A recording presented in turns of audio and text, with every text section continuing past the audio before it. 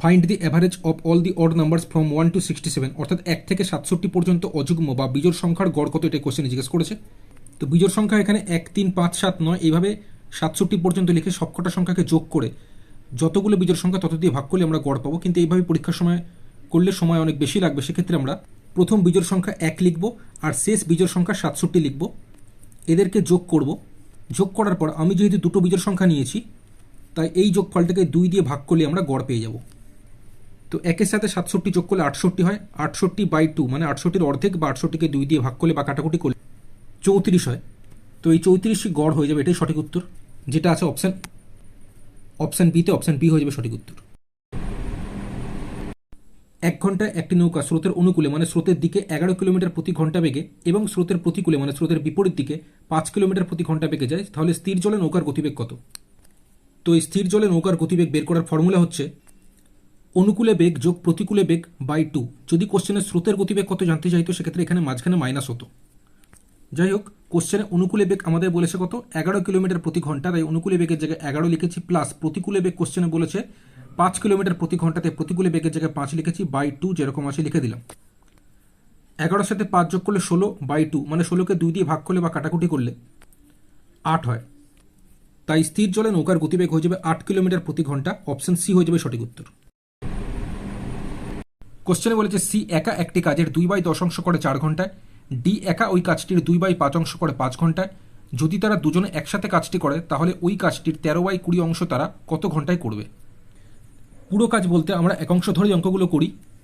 সেক্ষেত্রে সি 2/10 অংশ যদি 4 ঘন্টায় করে, ঐকিক নিয়মের মতো করলে সি পুরো কাজ মানে এক অংশ করবে এই 4 গুণ মানে 2/10টা এখানে এসে উল্টে যাবে 10/2 ঘন্টায়। ওপর নিচ কেটেছি, 2 দিয়ে 10কে কাটলে 5 হয়, আর এখানে 4-5 গুণ করলে 20 ঘন্টায়, মানে সি একা পুরো কাজটি করলে 20 ঘন্টায় শেষ করবে। আচ্ছা, তো এবার একইভাবে ডি পুরো কাজটা মানে এক অংশ করবে কত ঘন্টায় আমরা বের করে নেবো। তো কোশ্চেনে বলেছে ডি 2/5 অংশ করে 5 ঘন্টায়, তাহলে ঐকিক নিয়মের মতো এক অংশ করবে এই 5কে লিখব গুণ দিয়ে এই 2/5টা উল্টে 5/2 এত ঘন্টায়। এখানে 5-5 গুণ করলে 25/2 ঘন্টায়, অর্থাৎ ডি পুরো কাজটা একা করলে 25/2 ঘন্টায় করবে।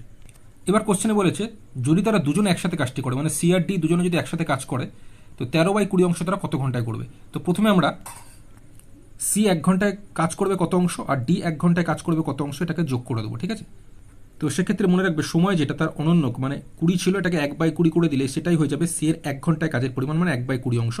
একইভাবে ডি এর যে সময় এই 25/2 ঘন্টা, এটাকে অনন্যক বা উল্টে দিলে মানে 25/2কে উল্টে 2/25 অংশ, এটা হয়ে যাবে ডি এর 1 ঘন্টায় কাজের পরিমাণ।